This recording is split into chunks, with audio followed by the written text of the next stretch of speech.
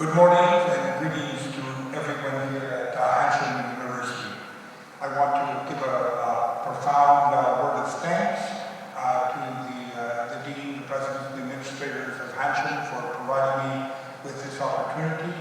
And from the very beginning, I would like to express my gratitude to the General Secretary, the Ecumenical Office of the PROK, the Presbyterian Church in Korea, and particularly to Dr. Simon Park, who will serve double duty, not only as part of my host for my time here in Korea, but also for serving as translator. 오늘 책 특강에 많은 하게 돼서 봅니다. 그리고 신학대학원에서 특히 전설원을 위해서 초청해 주셔서 이렇게 책 특강을 구성하고 강사를 드립니다. 제가 짧은 기간에 한국에 있는 동안에 기장 총리를 방문하셨었고 여러 곳을 방문하면서 우리 기장 총리이신 김창근 선생님께도 여러 강사를 드립니다. 특히 이 시간에 한국에 있는 동안에 제가 안내를 해주시고 통역을 맡아주신 박성훈 목사님께도 감사의 말씀을 My name is Ferguson. I'm a pastor of the United Church of Canada. I've had the opportunity to serve as General Secretary of the World Communion of Reformed Churches. I've served as a staff person with the World Council of Churches, including representing the Council in Jerusalem and serving in the United Nations headquarters in New York as an ecumenical representative.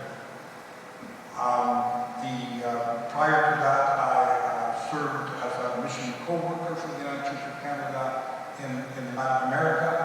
I was General Secretary of the Division of Mission Outreach of our denomination. 제 이름은 크리스토퍼고요. 예전에 캐나다 연합교회 직원이기도 했고 초기에는 총무를 하게 됐습니다.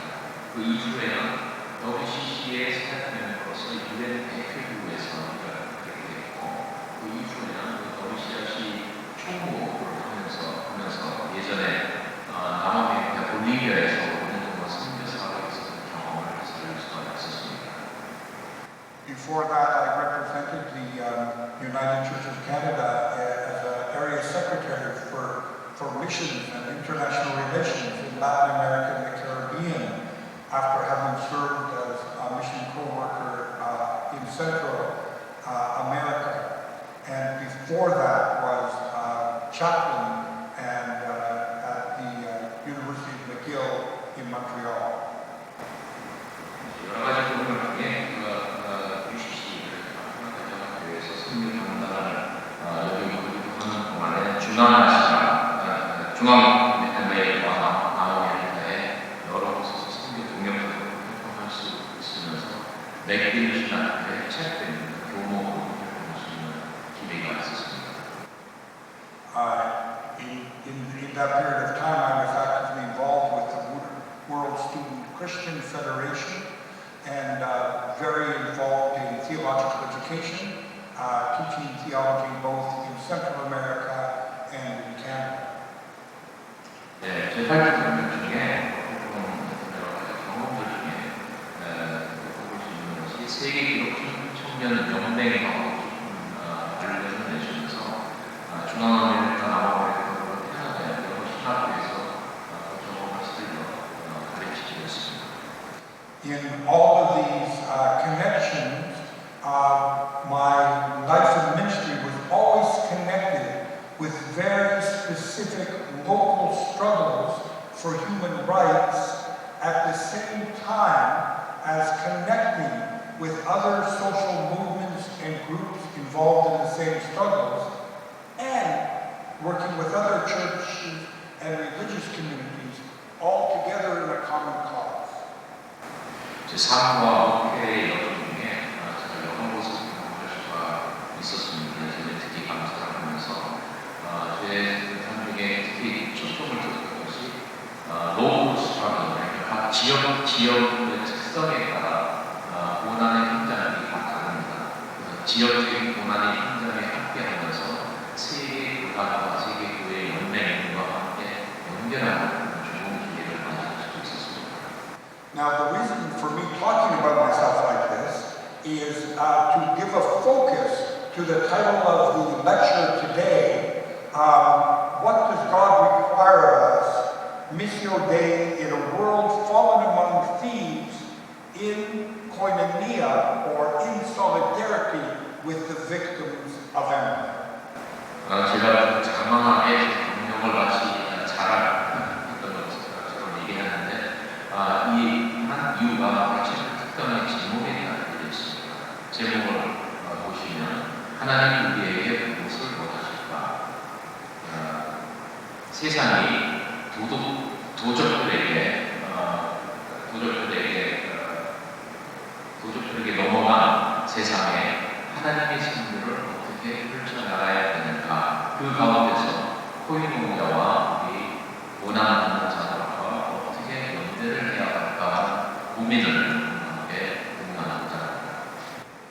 So my personal experiences mirror really, in fact, the ecumenical journey, and I've been privileged to be part of it, where when we address now as a church or the theological seminary or as ministers the question of what God requires of us, it now is absolutely imperative that we answer that question both in terms of local contexts and global realities.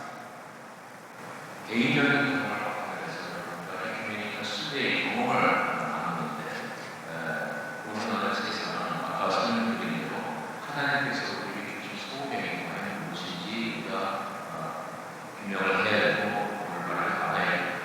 그래서 하나님이 주신 소명에 대해서 우리가 지역을 기반해서 세계를 기반해서 응답해야 하는 We now no longer have the luxury of separations between the pastoral and the prophetic, the personal and the social.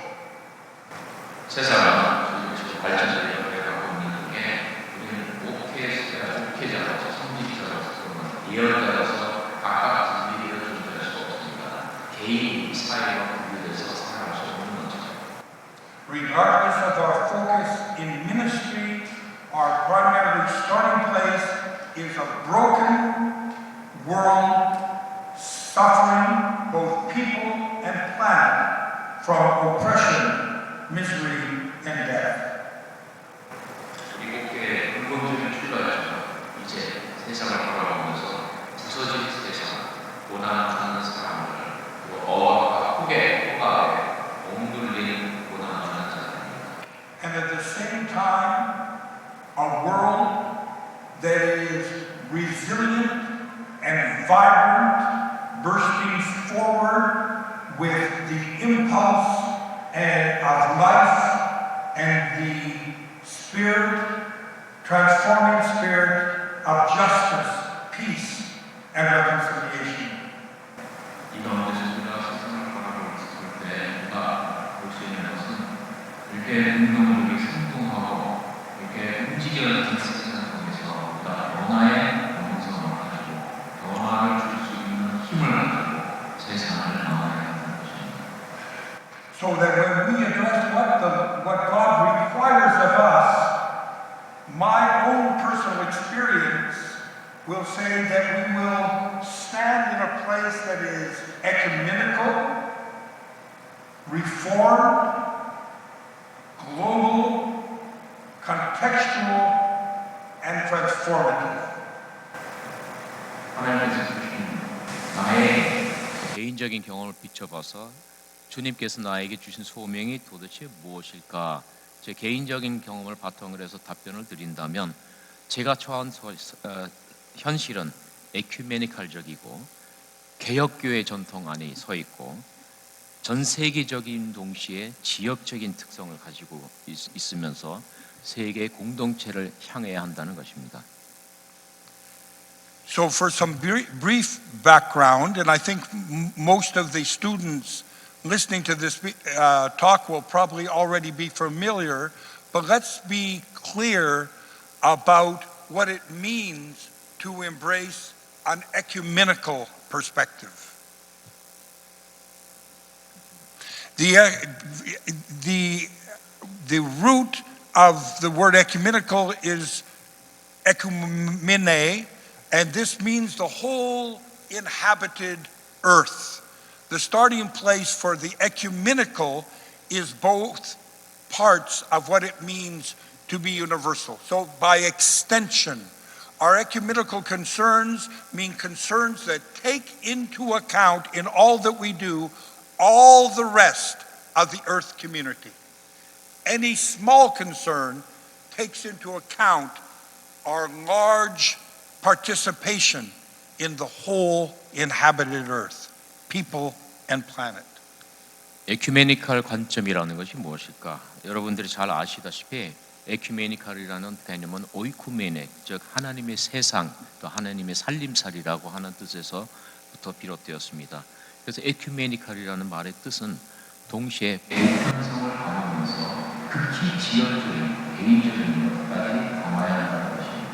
작은 아젠다와 큰 아젠다까지 서로 왕래를 하면서 우리가 아무리 작은 목소리라고 큰 무대에서 다 담아내야 한다는 것이 에큐메니컬 관점이라고 할 수 있습니다. The second dimension of ecumenical that is more common and that the dictionary will tell you has been reduced to the question of the presence of the church throughout the world. So it is the relationship of churches throughout the world, or inter-church relationships. And although a true definition of ecumenical, it is too limited.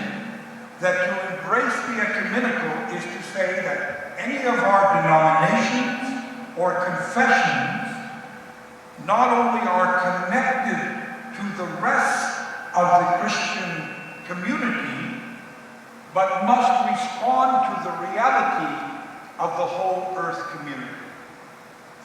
두 번째 에큐메니컬 개념으로서 제가 이해하는 것은 세상 안에 있는 교회를 바로 봐야 된다는 것입니다. 세상 안의 교회들은 교회 간의 관계를 가져야 될 뿐만 아니라 교단, 교회, 모든 기독인이 결국에는 세상을 품고 세상의 현실을 바라보고 그 세상 가운데서 하는 소문에 대한 응답을 찾아야 한다는 것입니다. The other aspect of the ecumene, the whole inhabited earth, is that it also developed a special meaning rooted in Europe after the conquest by Alexander of Macedonia, when it was said that Alexander conquered the world. And the name for the world in Greek, there's many possible world names, cosmos, so on, that was used was ekumene. And under the Roman Empire after Alexander, ekumene became a word that was synonymous with empire, or it meant the world under domination. 세 번째 에큐메네 개념에 대해서 설명을 드릴 겁니다. 비판적입니다. 에큐메네는 이 하나의 공동체를 의미합니다. 하나님의 전체 창조 세계를 의미합니다. 하지만 이 말이 잘못되거나 실제로 적용됐던 때는 유럽에서 지중해에서 알렉산더 대왕이 그 당시 개념으로서 갖고 있던 온 세상을 정복하고 나서 이 영토를 이름하여 오이쿠메네, 그리스도 오이쿠메네라고 명명했습니다. 그 이후에 나타난 로마 제국은 이 오이쿠메네 개념을 제국의 개념으로 대체했습니다. 그래서 그 당시 오이쿠메네 개념은 제국의 개념, 지배의 개념, 포갑의 개념이 포함되어 있습니다. So an ecumenical perspective which permeates all of our understanding as Christians is one that simultaneously focuses on the people and the planet and all of creation that God made as a place of life and the flourishing of life, and at the same time a world that is at threat. On the one hand, threat to life, on the other hand, celebrating the goodness of creation. 이렇게 바라봤을 때 에큐메니컬 관점이라는 것은 기독교인들이 가져야 하는 관점이라는 것은 창조 세계의 모든 사람을 포함하는 것이지만 그 가운데서 인간은 충만한 삶을 보장하게 되지만 그 반대로 충만한 삶을 위협하는 것까지도 우리가 에큐메니컬 관점에서 놓치지 말아야 합니다. 이 에큐메니컬 관점의 양날이 있는 것이죠. The confession that the earth is the Lord and all that is in it from Psalm 24 is an ecumenical confession that contains the theological idea that God created the world, but the world today is not as God wants it, but it can and must be changed. 10편 24편에 나오면서 이것은 제 생각으로는 참된 에큐메니컬 고백입니다. 하나님께서 이 세상을 창조하셨다는 고백을 이어서 세상은 그러나 하나님의 선한 의도대로 나아가고 지금 많이 타락하고 고난을 받고 있다는 것입니다. 그래서 이 고백 가운데 또 나타나는 것은 에큐메니컬 관점에서는 이 세상은 우리가 치유해야 되고 우리가 변화시켜야 되고 And those of us, I think, who have studied Greek, as the students will now be doing, understand that the root of the word ecumenical is based in the root word oikos, the word for house. 여러분들 헬라어가 배우시기에 에큐메니의 어근에는 오이코스, 즉 집이라고 하는 뜻이 있습니다. Which shares the common root that we find in English expressed in economy, ecology.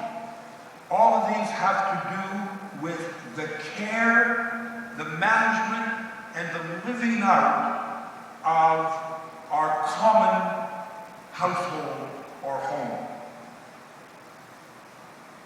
The ecumenical imperative, therefore, is to understand our faith as having to do fundamentally with the well-being of our common home. The creation that includes not only human beings, but all of creation, the earth itself. 그래서 이 어근의 의미를 통해서 바라보자면 헬라어에서는 영어에서는 이코노미, 이코로지라고 하는 단어를 아실 겁니다. 이것은 결국에 영어에서도 마찬가지로 그게 공동의 공간이라고 하는 의미가 담겨 있습니다. 그래서 에큐메니컬 관점이라는 것은 에큐메니컬 소명이라는 것을 그래서 청지기로서의 역할을 매우 강조하고 있다고 보시면 됩니다. 그래서 에큐메니컬 소명을 보려면 이것을 우리가 신앙으로 받고 우리 모두의 이 오이코스는 에이콘을 청지기로서의 역할을 인식하고 우리가 잘 갖고 나와서 인간뿐만 아니라 모든 창조 세계에 충만함을 우리가 보존해야 된다는 뜻입니다. And so the ecumenical perspective, more than simply being extension, taking all the world community and the variety and diversity of the churches and the different expressions and communities of faith into account is this ecumenical understanding has within it the imperative of care and transformation for the whole earth community. 그래서 에큐메니컬 관점이라는 것은 세계의 엄청난 다양성 속에서 이것을 우리가 잘 가꾸고 변화시키고 선한 변화가 오도록 우리가 이끌어야 한다는 것입니다. And this resonates very strongly with what might seem like a contradiction, that even though in the Reformed tradition, and the Reformed confessions have often been seen as the most divisive by laying out clarity of doctrine that separates those who believe and those who have fallen off the track. In fact, in its theological expression, the Reformed tradition is profoundly and uniquely ecumenical. In Calvin's understanding of putting God in first place over all things was the idea that the whole world, inseparable between the spiritual and the material, the whole world was the theater of God's grace. 이 에큐메니컬 관점이라는 것으로 저희가 역사적인 관점에서 바라봤을 때 개혁교회 전통을 우리가 깊이 고찰을 해야 될 겁니다. 개혁교회 전통은 당시 천주교나 다른 교회와는 달리 교리를 매우 명확하게 정리를 했습니다. 그래서 두리뭉실하게 무엇을 믿고 두리뭉실하게 따라가는 것이 아니라 교리를 매우 명확하게 해석하고 정의함으로써 아주 명확한 선을 만들어가는 것입니다. 이 명확한 선을 통해서 우리가 창조 세계를 두리뭉실하게 잘 그 가운데서 살아가는 것이 아니라 칼빈 전통에서 볼 수 있는 것처럼 하나님을 모든 것 앞에 우선시한다는 것은 세상이 분리하려고 했던 영적인 것과 물질적인 것 사이에 있는 것이 아니라 하나님을 믿는다는 것, 개혁교회의 전통이라는 것은 물질과 영성 모두를 합한 창조 세계에 대한 총지 역할이라는 것을 강조하고 있습니다. And so the ecumenical perspective has been largely shaped by the Reform understanding that economy and ecology are not simply ethical issues, but are profoundly faith issues, and are they are of themselves spiritual issues. 그래서 에큐메니컬 관점을 그 역사 가운데서 발전시킨 결정적인 계기는 사실은 개혁교회의 전통이라고 볼 수가 있습니다. 개혁교회의 전통은 이 에이코스 또는 에콜로지, 이코노미라고 하는 에콘이라고 하는 어근에 어떤 이해를 갖다 줬냐면 이것은 우리가 청지기 역할이 윤리나 도덕의 차원이 아닌 신앙의 차원으로서 이해하게 만들었습니다. 그래서 결국은 에큐메니컬 관점, 에큐메니컬 소명은 하나의 윤리나 의무가 아니라 우리의 신앙이 되어야 한다는 것입니다. Okay, well, to move from these broad kind of statements that can seem very big and abstract, I want to say in my own ecumenical journey, the whole point is that this experience of the ecumenical perspective grows out of the actual lived experience of people in real situations where life is threatened. 제 개인적인 경험을 봤을 때에도 이 에큐메니컬 관점 또는 에큐메니컬 소명이라는 것은 어떤 이론적인 이해에서 어떤 간접적인 이해에서 생성되는 것이 아니라 실제 현장에서 고난받던 사람들과 함께하던 삶 속에서 비롯된다는 얘기입니다. And to be clear, with the background of whether it is the World Students Christian Federation or whether it is the World Council of Churches or the World Communion of Reformed Churches, the greatest impulse that led for the churches to the whole of the churches to work together in terms of the whole of the world was to confront major challenges, catastrophes, and situations of suffering faced by the whole world. That the theological coming together finds its meaning in addressing the realities where life is threatened. 세계 기독천령 운동이든지 WCC든지 WCRC든지 글로벌 기구들 모두가 또는 세계 교단 모두가 세계가 직면하는 모든 각가지 도전, 자연재해도 그렇고 지금 방금 있는 팬데믹 사정도 그렇고 이와 같은 도전에 직면해서 인간들의 나아가서 창조 세계의 삶을 어떻게 하면 더 충만하게 할 수 있을까? 어떻게 하면 이 창조 질서 보존할 수 있을까에 대한 물음에 대한 답을 하는 것이 에큐메니칼의 소명입니다. There were lots of efforts to bring together world Christianity before the Second World War, but it was really centering on the reality of a Europe destroyed by war after 1945 that really led to the impulse of the World Council of Churches joining together in 1948. And much of the energy that drove the modern ecumenical movement from that point was inter-church cooperation to rebuild a destroyed Europe. 세계 기독교회는 2차 세계대전 이후에 엄청난 현실을 앞에서 무릎을 꿇을 수밖에 없었습니다.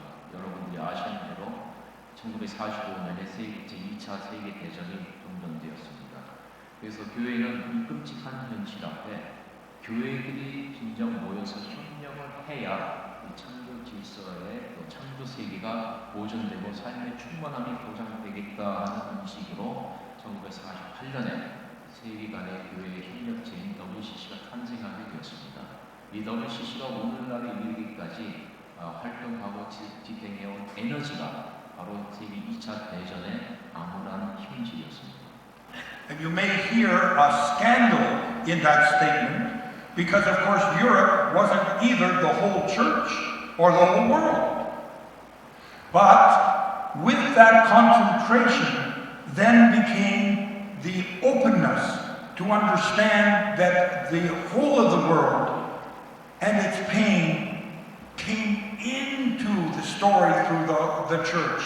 And the stories of churches struggling for decolonization, for independence in Africa, the realignments after the ravages of the war and empire in Asia led to new reconfigurations, and more churches joined the World Council, and in places like the World Alliance of Reformed Churches, and that in the period following, concentrating on the brokenness of the world meant to re-encounter the whole of the world. The ecumenical movement then found itself no longer Europe-centered, but in a room filled with delegates, the new reality. The majority of the people in that room would not be from Europe, would not be from North America, would not be white, and had a different experience of the world. The ecumene was now seen from below and was pressed forward by the pain of a suffering world. 유럽은 세계 대전의 암울한 현실 속에서 WCC라고 하는 것을 탄생시켰습니다. 물론 좀 상반되는 관점들이 있을 수 있겠지만 당시 유럽은 전 세계를 의미하는 것은 아니었습니다. 하지만 유럽 중심의 교회들이 본인들이 겪고 있는 고난에 집중하고 이것을 진지하게 받아들여다 보니까 전 세계 고난의 현장들이 보이기 시작한 겁니다.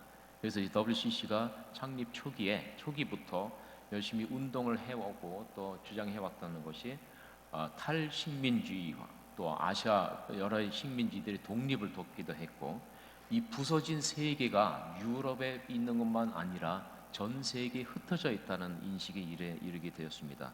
그래서 마침내 에큐메니칼 운동은 유럽에서 시작했다고도 볼 수 있는 의견이 많지만, 유럽에서 출발한 이 WCC는 결국에 전 세계로 뻗어나갔고, 그 다음에 수년 후에 WCC의 총회를 가보신 분들은 아시겠지만 유럽이 전 세계의 중심이 되었던 그런 역사에서부터 탈피해서 이제는 유럽인이 아닌 아시아 인종, 백인이 아닌 흑인과 황인종, 여러 가지 인종과 성별들이 모여서 에큐멘의 정신을 발휘하면서 에큐메니칼 소명을 다하는 모습을 볼 수가 있습니다.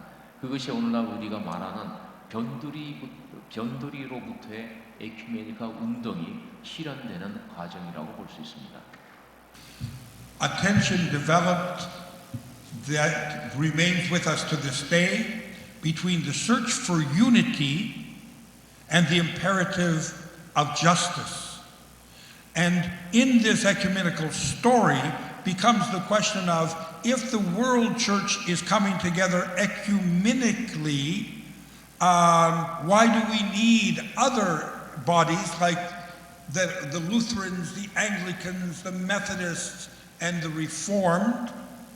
And part of the answer was that as the ecumenical community moved forward, there was a tendency always to try, and it's with us to this day, to maintain the sense of unity in a way that sees the imperative of justice as too disruptive.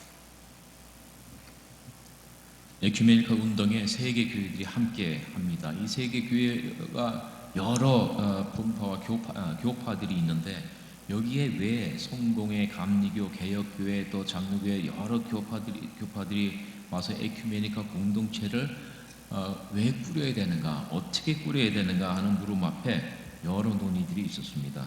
그 가운데 우리 세계 교회의 다양한 교단들이 일치를 유지하면서 우리가 정의를 위해서 함께 다름질을 해야 되겠다는 의견에 일치를 한 겁니다.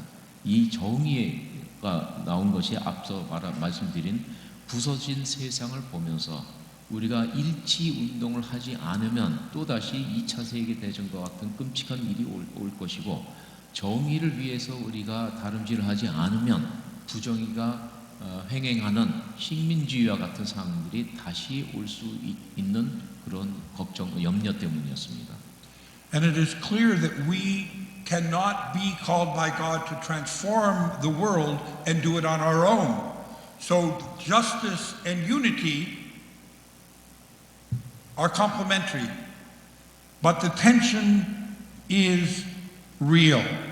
And I want to turn a little bit to the case of the need therefore, which we found with the story of the World Communion of Reformed Churches, to understand that some of the dynamics today and the importance of the confessional families, Lutherans, Reformed, Methodists, and so on, as we said, coming together in order to maintain the dynamic diversity and the world-driven agenda of the ecumenical movement requires both a worldwide ecumenical family and specific rooted communities witnessing in their own context. 우리가 혼자서 하나님께서 주신 소명인 세상을 변화시키는 것을 우리가 할 수가 없습니다. 그래서 세계 교회들이 모여서 일치와 정의 안에서 함께 이 세상을 선한 것으로 변화시킬 수 있다고 고백을 하면서 세계 에큐메니컬 기구들이 생겨난 겁니다. 제 개인적으로 WCRC의 경우를 설명을 드리면, WCRC는 WCC와는 다르게 개혁교회 전통에 기반한 글로벌 기구입니다. 그래서 영어로는 이것을 Confessional Body라고 하는데, 이 WCRC는 또 루터교와도 함께 협력을 하고 또 다른 세계 앵글리칸 기구 또는 감리교 기구와도 함께하면서 그 가운데 역동적인 다양성을 경험하면서 세계 에큐메니컬 운동을 함께 해왔습니다. 이것이 에큐메니컬 운동 또는 에큐메니컬 소명을 역동적으로 앞으로 갈 수 있게 만드는 원동력이 되기도 합니다. 약간의 갈등이 선한 결과를 나기도 합니다. 선한 경쟁을 통해서 선한 결과가 나오는 것처럼 이 컨페셔널 바디들도 WCC 안에서 나름의 역할을 하고 있다고 볼 수 있습니다. Today, the World Communion of Reformed Churches, of which the PROK is a very important part, has 233 member denominations in over 111 countries. 오늘 WCRC는 여기 우리 기장도 굉장히 중요한 멤버들 중에 하나이지만 233개의 교단이 111개의 나라에 걸쳐 있습니다. And this comprises over 100 million Christian believers. 이 수치를 보면 전 세계 약 1억 명의 기독인이 우리 WCRC의 회원이라는 겁니다. And although it is one family, it involves Presbyterian, Reformed, Congregationalist, United and Uniting, Waldensian, Czech Brethren, and many other of the lesser-known Reformation traditions. 이 개혁교회 전통이라는 것은 개혁교회 또는 장로교회, 연합교회, 말든신앙교회 등등 여러 부류들이 있습니다. But when you look at that group, it is clear that we associate it with the Reformation in Europe in the 16th century, but those 100 million Christians, the vast majority of them live in the global south and belong to churches without power and privilege and live their daily lives in situations of war, poverty, struggle, and suffering. 이 WCRC는 종교개혁 전통 위에 서 있는 것으로 명확합니다. 일단은 이걸 명확하게 해두고 싶습니다. 이 1억 명의 회원들이 결국 있는 꼴인데 그 중에 유럽에 있는 사람들보다 또 북미에 있는 사람들보다 대다수의 우리 회원 교단과 우리 회원 교인들이 남반구에 위치하고 있습니다. 남반구에서 대다수가 살아가고 있습니다. 이들에게는 권력도 없습니다. 힘이 없습니다. 전쟁과 고아와 기아라고 하는 현실을 매일 바라보고 살아가고 있습니다. Part of the ecumenical story, therefore, is when that communion met in the 70s and 80s and were focused on life together as a worldwide part of the Reformed family, they discovered that within the family there were Christians who were living as brutalized victims of the apartheid regime in South Africa, and other members of the same family were those who were in power in the same regime that oppressed their Christian brothers and sisters. 이 WCRC의 여러 모임 중에서 나타난 이야기들 중에 우리가 7, 80년대 여러 가지 모임들을 가졌는데 그때마다 우리 주제가 또는 우리 기조가 세계개혁교회 공동체의 일치와 정의였습니다. 하지만 이런 현실 가운데 우리가 바라볼 수밖에 없었던 것이 우리 공동체 안에서 예를 들어서 남아공에서 아파르타이드로 고생하는 이들도 우리 회원이었고 이들 압박하는 그 정권도 우리 회원이었습니다. 이런 상반되는 그 공동체 안에 있어서 우리가 살아가면서 우리가 일치와 정의를 위해서 일해야 된다는 것을 늘 잊지 않았습니다. And not only that, the regime of apartheid in South Africa was explicitly constructed and justified in terms of Reformed theology. Not simply any Christian principles, but principles that were attributed to Calvinist theology. 이 가운데 또한 좀 기이했던 현상은 이 남아공의 분리주의 정권이 만들어낸 여러 가지 것들이 있었는데 그 가운데 칼빈 전통에 대한 정교한 개혁교회 전통의 해석되는 교리들이었습니다. 남아공 여러분들도 아시다시피 남아공에 여러 유명한 학자들이 있습니다. 이것이 다 고통받는 사람들 쪽에 서 있던 것이 아니라 고통을 가했던 이들에게서부터 나온 정교한 개혁교회 교리들도 있습니다. The move of the theological importance of the tradition was then to be in profound theological solidarity with those that were suffering, that led to a theological understanding of apartheid as sin and any attempt to justify it as heresy. 그래서 우리 공동체가 그 다음부터 다른질을 해 나갔다는 것이 신학적으로 정교한 것들을 만들어내는 것도 물론 중요합니다. 하지만 신학을 하는 이상 우리는 고난받는 자들의 편에 서야 한다는 인식이 더 컸습니다. 그래서 분리주의 신학을 마치 정교한 개혁교회 전통으로 만들어냈던 그런 현상들을 저희가 우리 모임들에서는 이것은 죄로 규정하면서 우리가 고난받는 자들의 편에 서서 고난받는 자들을 위한 정의를 세우는 데 신학화하는 작업을 시작했습니다.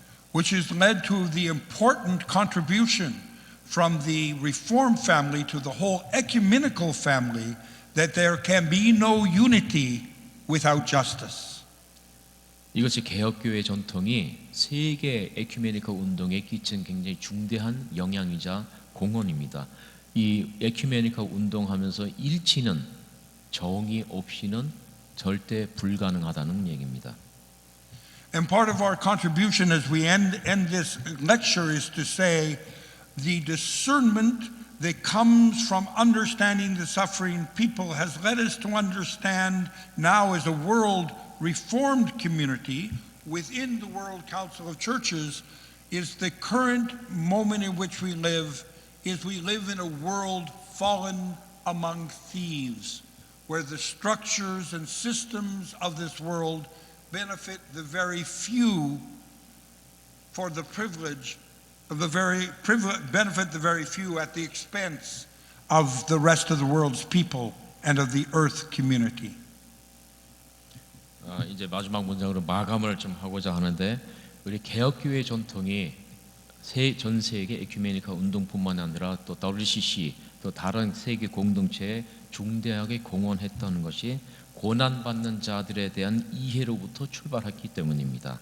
그래서 특강의 제목에서처럼 도적대에게 떨어진 부서진 세상을 구하려면 우리 개혁교회 전통이 그동안 줄곧 부르짖어 온 고난받는 자들 편에 서서 고난받는 자들의 신학을 만들어서 이것을 전 세계 창조 세계를 또 청지기로서의 역할을 충실하게 수행하는 데 밑거름이 되게 해야 된다는 것입니다. In terms of what God requires of us to do justice, to love kindness, to walk humbly with God, is our imperative then to join with the local struggles of those whose life is most threatened.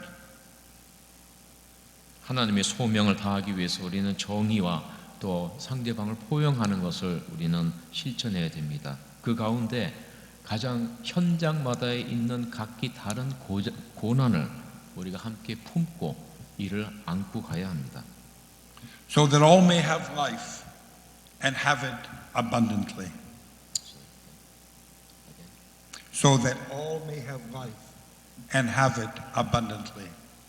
그렇게 하여 모든 이들에게 삶이 보장되고 삶의 충만함이 찾아오기를 바랍니다.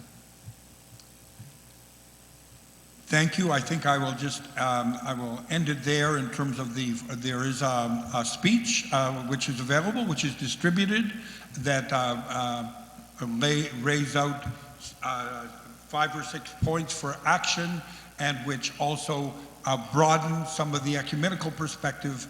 But at the invitation today of the seminar, I was asked to be just a little more informal in laying out some of the perspectives. So please, I would welcome engaging with people after they've had a chance, either through email or others, to actually read the written presentation. 이 특강을 위해서 여러분들에게 아마 공유된 자료가 있을 겁니다. 좀 방대한 자료이긴 한데 이론적인 측면도 있고 실천적인 측면들도 있습니다. 그래서 여러분들에게 나눠드린 자료는 배경 자료로 이해를 하시고 제 특강은 사실은 스토리텔링 비슷하게 진행을 하면서 여러분들의 쉬운 이해를 도모하고자 했습니다. 이 특강뿐만 아니라 여러분들에게 나눠드린 자료들이 여러분들에게 좀 어떤 그 질문이 있거나 함께 토론할 것이 있으면 여러 통로를 통해서 제게 연락을 하면서 앞으로도 토론해 가면서 에큐메니컬 운동을 함께 하기를 바랍니다. 감사합니다.